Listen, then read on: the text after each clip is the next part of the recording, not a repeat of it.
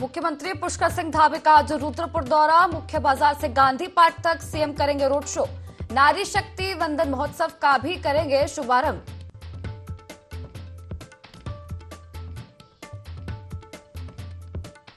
उत्तराखंड से अब दूर नहीं अयोध्या धाम। हरिद्वार से अयोध्या के लिए आज से चलेगी roadways bus. CM Pushkar Singh Dhami ने शुरू कराई स्पेशल बस।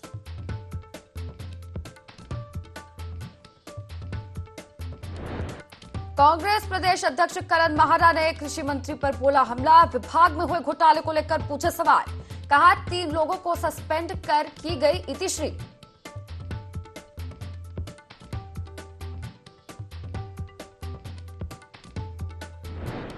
हरिद्वार में आज और कल बंद रहेंगे सभी शिक्षण संस्थान। शीतलहर के चलते जिलाधिकारी ने जारी किया आदेश। मौसम विभाग ने घने कोहरे का भी जारी किया अलर्ट।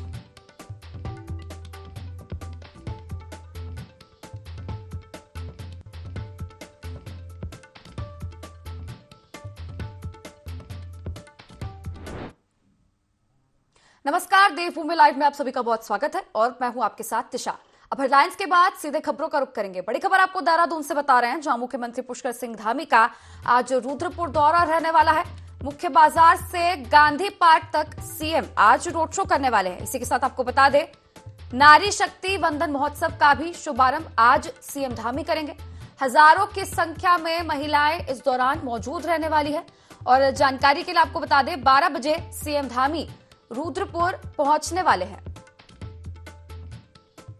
तो ये बड़ी खबर देहरादून से आप तक पहुंचा रहे हैं, जहां आज मुख्यमंत्री पुष्कर सिंह धामी रुद्रपुर दौरे पर रहने वाले हैं। दोपहर 12 बजे रुद्रपुर पहुंचेंगे सीएम धामी। मुख्य बाजार से गांधी पार्क तक सीएम धामी आज रोड शो को संबोधित करेंगे और नारी शक्ति वंदन महोत्सव का शुभारंभ करने के लिए आज रुद्रपुर दौरे पर सीएम धामी रहने वाले हैं।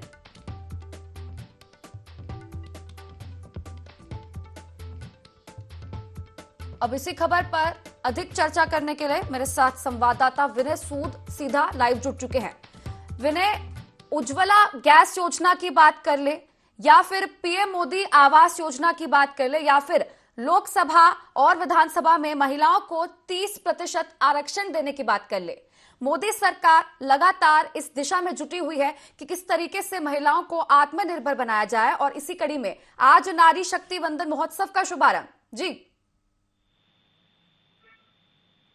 त्रिशा, देखिए आपको बता दें कि जिस तरह से केंद्र की योजनाओं की अगर बात करें, जो केंद्र की योजनाएं हैं उसका जो लाभ है वो उत्तराखंड में धामी सरकार द्वारा दिया जा रहा है। क्योंकि महिलाओं के हित की बात की जाए तो महिलाओं के लिए लगातार जो यहाँ की सरकार है, सीएम धामी पुष्कर सिंह धामी जो है वो खुद इस चीज को देखते हैं और किस तरीके से उत्तराखंड को विकसित किया जाना है, इसको लेकर लगातार कार्य करते रहते हैं। तो ऐसे में देखा जा सकता है कि आज का जो कार्यक्रम रुद्रपुर में रखा गया है नारी शक्ति सम्मेलन का, महोत्सव का, तो ऐसे में देखा जा सकता है कि काफी बड़ी संख्या में जो महिलाएं हैं वो भी इसमें मौजूद रहने वाली है। और हर तरह से जो लाभ की अगर बात की जाए, जो लाभ यहाँ पर उत्तराखंड में महिलाओं को दिए जा रहे हैं, चाहे वो उज्ज्वला योजना हो, चाहे वो प्रधानमंत्री आवास योजना हो, तमाम ऐसी योजनाओं का जो लाभ है वो भी उत्तराखंड में जो है महिलाओं को मिल पा रहा है। तो ऐसे में देखा जा सकता है सीएम धामी खुद लगातार जो है इन सभी चीजों के लिए यहाँ पर मुस्तैदी के साथ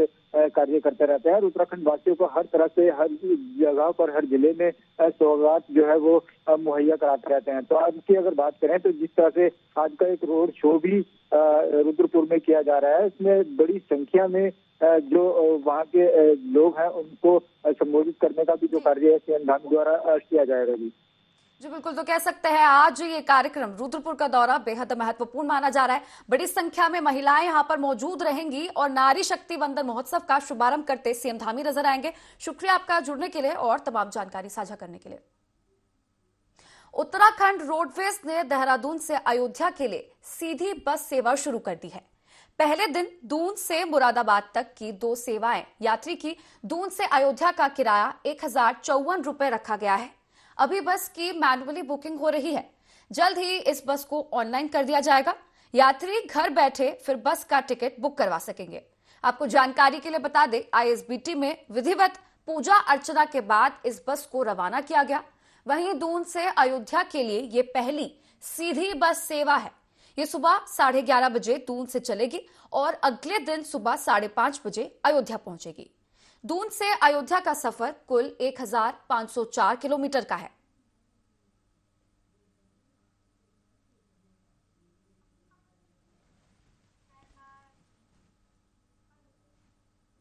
भाजपा प्रदेश अध्यक्ष महेंद्र भट्ट ने पूर्व मुख्यमंत्री हरीश रावत के राम स्वप्न पर कटाक्ष किया है। उन्होंने कहा कि सनातन विरोधियों के मन में चुनाव के डर से प्रभु राम का खौफ बना है। उन्होंने आरोप लगाया कि कांग्रेस नेता चुनाव के डर से सुविधावादी हिंदू बन रहे हैं, क्योंकि सनातन विरोध की नीति पर चलने वालों के मन में चुनाव के डर से राम का खौफ होना लाजमी है। उन्होंने कहा कि पूर्व सीएम को अयोध्या की यात्रा पर निकलना चाहिए, क्योंकि हरिद्वार की जनता ने उन्हें संन्यास पर भेजने का निर्णय लिया हुआ है।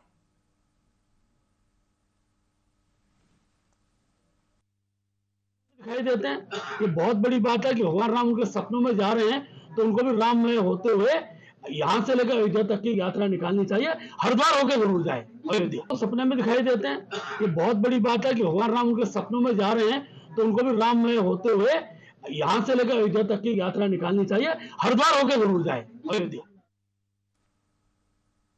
डोईवाला के विस्थापित क्षेत्र का सुनार गांव जाखन नदी और बड़कोट वन क्षेत्र के जंगलों में सटा हुआ है।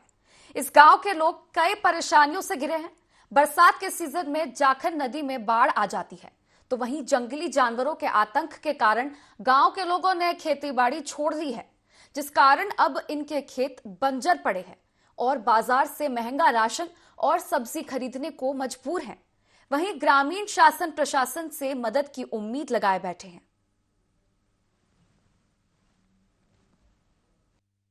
सुरक्षा दीवार थी, ये बह गई थी और रात को 2-3 दिन बहुत पानी आया, बिजली चलेगी। 3 दिन तक हमारे यहाँ बिजली नहीं आई, पानी नहीं आया और बड़े परेशान रहे हम। आज तक सुरक्षा दीवार नहीं लगी। फिर बरसात के टाइम अधिकारी आते हैं, चले जाते हैं, काम धरातल पर कुछ नहीं हो पाता है, वैसे के वैसे रहते। जंगली जानवरों का 7 बजे बाद यहाँ बाहर नहीं निकल पाते हम। हमारी खेती बाड़ी आप देख लो, बंजर पड़ी हुई है, कर ही नहीं पाते हम, जानवर आ जाते हैं। तो हम चाहते हैं इसकी सुरक्षा दीवार जरा अच्छी बने कि जानवर अंदर ना घुसे, जिससे हम खेती बाड़ी कर सकें।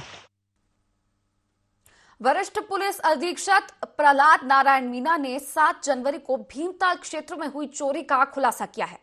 वरिष्ठ पुलिस अधीक्षक प्रहलाद नारायण मीणा के मुताबिक हेमचंद जोशी ने पुलिस से शिकायत की कि उनके घर से करीब 12 तोला सोना चोरी हो गया, जिसके आधार पर भीमताल पुलिस ने एफआईआर दर्ज करवाई।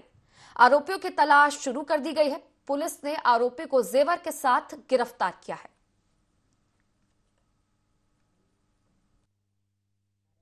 जिसमें एक जो निवासी है वहाँ के, उनके घर से 12 तोला सोना जो है चोरी हुआ था। इसमें भीमताल पुलिस की जो टीम है उसके द्वारा एफआईआर पंजीकृत करते हुए तुरंत 12 घंटे के भीतर जो चोर है उसको पकड़ा, उसके कब्जे से पूरा 12 तोला सोना इसकी बरामद, इसमें अभियुक्त गिरफ्तार किया। केदार मंदिर समिति की बोर्ड बैठक अजेंद्र अजय की अध्यक्षता में हुई। इस बैठक में वर्ष 2024 में यात्रा को लेकर और उसकी तैयारियों को लेकर चर्चा की गई। आपको बता दें कि ग्लोबल इन्वेस्टर समिट 2023 के दौरान प्रधानमंत्री ने वेडिंग डेस्टिनेशन के रूप में उत्तराखंड को विकसित करने की बात कही थी, जिसके पालन में राज्य सरकार अब कई कदम उठा रही है। वहीं बीकेटीसी के अध्यक्ष अजेंद्र अजय ने कहा कि बीकेटीसी के स्तर से भी उत्तराखंड के महत्वपूर्ण और पौराणिक मंदिरों को वेडिंग डेस्टिनेशन के रूप में विकसित करने का प्रयास किया जा रहा है। देहरादून में माननीय प्रधानमंत्री जी आए थे और उन्होंने अपने उद्बोधन में उत्तराखंड में वेडिंग डेस्टिनेशन की अपार संभावनाएं जताई थी। उस अनुरूप बद्रीनाथ केदारनाथ मंदिर समिति के स्तर से भी जो हमारे कई ऐतिहासिक और पौराणिक दृष्टि से महत्वपूर्ण मंदिर हैं, उनको वेडिंग डेस्टिनेशन के रूप में डेवलप करने का प्रयास किया जा रहा है।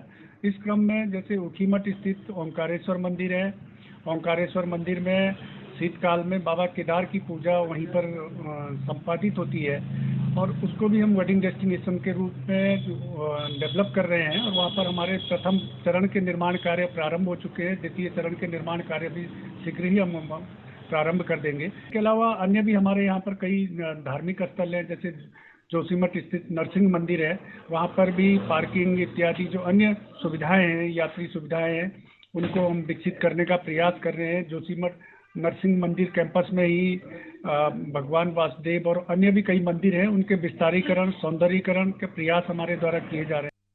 डीएम चंपावत के निष्पक्ष जांच के आश्वासन के बाद लक्ष्मण नाथ उर्फ बाबा अविनाशी ने अनशन 15 दिन के लिए स्थगित कर दिया है।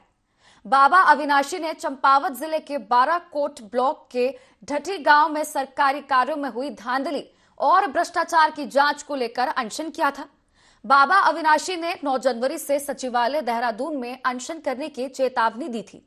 इसके बाद डीएम चंपावत नवनीत पांडे ने बाबा अविनाशी को ग्राम सभा की योजनाओं की निष्पक्ष जांच कमेटी के द्वारा करवाने का आश्वासन दिया। कल 9 जनवरी को आमरण अनशन में बैठने वाला था देहरादून। लंबे समय से सरकारी योजनाओं के भ्रष्टाचार के खिलाफ कई बार शिकायतें दे चुका था, उसमें कोई जांच नहीं की गई। जिलाधिकारी चंपावत द्वारा मुझे यह आश्वासन दिया गया कि 15 दिन के भीतर में तुम्हारी सारी जांचें की जाएंगी और अपराधियों के खिलाफ कार्रवाई की जाएगी। आश्वासन के बाद संतुष्ट भी हूँ। 15 दिन का समय लिया गया है और 15 दिन के भीतर मेरी निष्पक्ष जांच नहीं की गई तो मैं 16वें दिन मुख्यमंत्री आवास देहरादून में ही अपना आत्मदाह कर दूंगा, क्योंकि यह मेरा अंतिम वचन है। उत्तराखंड में लोकसभा चुनाव को लेकर भाजपा की तैयारियां जोरों से चल रही हैं। भाजपा प्रदेश अध्यक्ष महेंद्र भट्ट ने जानकारी देते हुए बताया कि 5 लोकसभा में प्रधानमंत्री नरेंद्र मोदी की सभाएं हो, इसके लिए उनसे आग्रह किया गया है। वहीं कहा कि लोकसभा चुनाव से पहले भगवामय वातावरण बने, भाजपा कमल हर घर में खिले, इसके लिए सभी कार्यक्रम आगामी दिनों में किए जाएंगे। प्रधानमंत्री से आग्रह किया कि हमारी 5 लोग एक लोकसभा की रैली तो हमारी हो चुकी है। हमने कहा कि 5 लोकसभा में प्रधानमंत्री की सभाएं हो। प्रधानमंत्री ने अपने राष्ट्रीय नेतृत्व से अनेकों सभाएं मांगी है और लोकसभा चुनाव से पूर्व एक भगवामय वातावरण बन जाए, भाजपा कमल हर घर में खिल जाए, हर परिवार से मतदाता निकलकर मोदी जी को प्रचंड मतदान देने में अपनी सहभागिता है, उसके सारे कार्यक्रम हम आगामी दिनों में कर रहे हैं। पिंडर नदी में प्राणवती संगम से लेकर रामलीला मैदान तक मलबा जमा हुआ है। नदी किनारे बसे आवासीय मकानों को घंटी दे रही हैं। मलबा जमा होने से पिंडर नदी कई जगहों पर वी आकार में बह रही है। कई जगहों पर नदी 2 भागों में बंट गई है, जिससे नदी किनारे बने आवासीय मकानों और दुकान मालिकों को बरसात का डर अभी से सताने लगा है। स्थानियों ने पिंडर नदी से मलबे के निस्तारण की मांग उठाई है।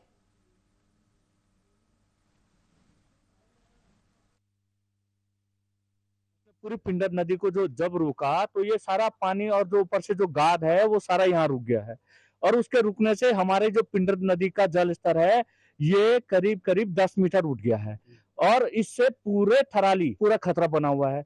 हमने इस बाबत सिंचाई मंत्री सतपाल महाराज जी को भी चिट्ठी दी थी और साथ में एसडीएम और डीएम तक को भी ज्ञापन भेजा है, मगर हमारी इस बात पे कोई सुनवाई नहीं हो रही है। उनको बोला भी है, नदी का जल स्तर 10 से 12 मीटर उठ गया है और पूरे बस्ती पूरे थराली को खतरा है। प्राणमती गदेरे में बाढ़ आने से उसने नदी का जो मुहाना था वो रोक दिया था, उससे जो है कि पिंडर नदी पूरे प्रलित रहा। वहां से लेके पूरे हमारी मंदिर बेतालेश्वर महादेव तक पूरा नदी का तल जो है कि बढ़ गया है। आप देख सकते हैं कितना मलबा इस नदी में बढ़ गया है। नदी का तल बहुत ऊंचा हो गया है। इस मलबे का निस्तारण अत्यंत आवश्यक है। हम प्रशासन से कई बार मौखिक रूप से कह चुके हैं कि भाई इस पे जो है कि जल्दी से जल्दी कार्रवाई होनी चाहिए, नहीं तो ये बड़ा एक नासूर बन जाएगा। पूरे थराली बाजार की दुकानों को मकानों को खतरा है। इसमें राजस्व विभाग और खनन विभाग द्वारा सर्वे किया गया है और प्राणमती संगम के लिए प्रस्ताव बनाकर भेजा जा रहा है, जिसे रिवर ड्रेजिंग के अंतर्गत कार्य किया जाएगा और अन्य के बारे में भी नियमानुसार कार्रवाई प्रचलित। देखिए, इसमें जैसे प्रस्ताव के बाद फिर इनकी नीलामी होगी और जो भी संबंधित अधिकतम बोलीदाता होगा उसके द्वारा ही इस मलबे का निस्तारण किया जाएगा। इसके लिए भी संबंधित विभागों को बताया गया है कि लोकसभा चुनाव आते ही कांग्रेस पार्टी ने अपनी तैयारियां जोर शोर से शुरू कर दी है। इसी क्रम में बीते रोज कांग्रेस श्रम प्रकोष्ठ की बैठक हुई, जिसमें प्रदेश अध्यक्ष करण माहरा ने प्रदेश के सभी जिला अध्यक्षों और महानगर अध्यक्षों के साथ जूम पर बैठक की और बताया कि 14 तारीख को शुरू होने जा रही राहुल गांधी की भारत जोड़ो न्याय यात्रा में पूरे प्रदेश में अंकिता भंडारी के लिए पद यात्रा निकाली जाएगी। साथ ही कई जगहों पर स्क्रीन के माध्यम से अंकिता भंडारी की मार्मिक वीडियो जनता को दिखाई जाएगी।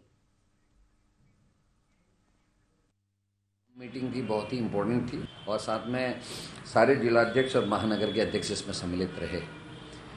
जो महत्वपूर्ण सुझाव हमको एआईसीसी से मिले थे उन सभी के बारे में डिस्कशन आज की जूम मीटिंग में हुआ। साथ में जो हमारी राहुल गांधी जी की यात्रा है भारत जोड़ो न्याय यात्रा, उसके तहत उसको समर्थन देने के लिए पूरे प्रदेश में उत्तराखंड कांग्रेस ने तय किया कि हम पूरे प्रदेश में 14, 15 और 16 तारीख को भारत जोड़ो न्याय यात्रा के समर्थन में पद यात्राएं करेंगे। और उस यात्रा में उत्तराखंड ने अपने आप को समर्पित अंकिता को न्याय दिलाने के लिए किया है। इसमें अंकिता के पिता के द्वारा लिखी गई चिट्ठी, जिसमें उन्होंने आरएसएस बीजेपी के बड़े नेता का जिक्र भी किया है, उस चिट्ठी का वितरण जगह जगह किया जाएगा कांग्रेस कार्यकर्ताओं के द्वारा। झबरेड़ा विधायक वीरेंद्र जाति और पूर्व विधायक देशराज कर्णवाल के बीच सड़क शिलान्यास को लेकर तनातनी चल रही है।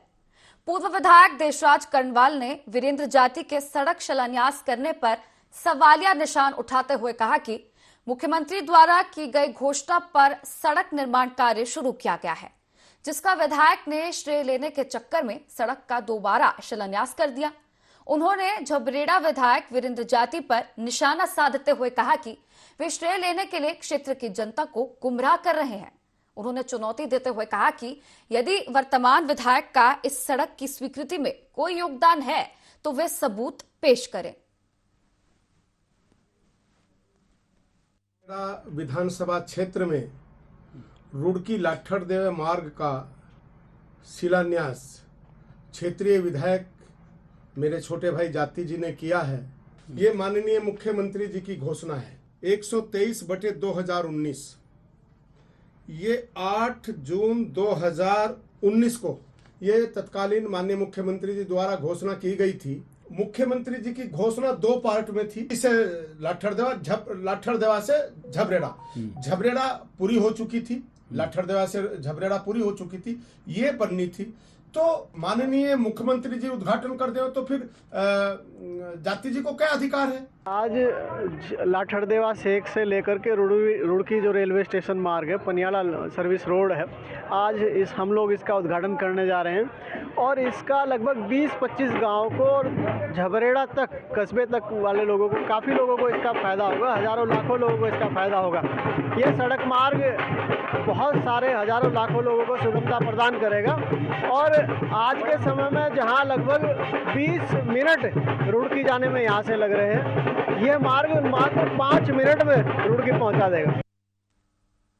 खबर देहरादून से है, जहां अंकिता हत्याकांड को लेकर प्रदेश की सियासत एक बार फिर से गर्मा गई है। कांग्रेस के प्रदेश अध्यक्ष करण माहारा के बाद अब पार्टी के पूर्व प्रदेश अध्यक्ष गणेश गोदियाल ने अंकिता हत्याकांड को लेकर सरकार पर जमकर हमला बोला है। उन्होंने कहा कि अंकिता भंडारी ने अपनी चैट में एक वीआईपी का जिक्र किया था, लेकिन इस मामले ने हाल ही में एक नया मोड़ ले लिया है, जब अंकिता की मां ने भाजपा के एक पदाधिकारी का नाम लिया। हालांकि किसी का नाम लेने पर किसी व्यक्ति को अपराधी नहीं ठहराया जा सकता। हत्याकांड में जब से ये कांड हुआ, उस चैट को लेकर बहुत ही चिंतित हैं कि उसने जिस वीआईपी का नाम उस चैट में लिखा है वो वीआईपी कौन है। और इस कांड ने अभी 2-3 दिन पहले एक तब नया मोड़ ले लिया कि जब अंकिता की मां ने भारतीय जनता पार्टी के एक वर्तमान पदाधिकारी जो उनके खिलाफ नाम लेकर ये संदेह जाहिर किया है कि ये तथाकथित वीआईपी वही है।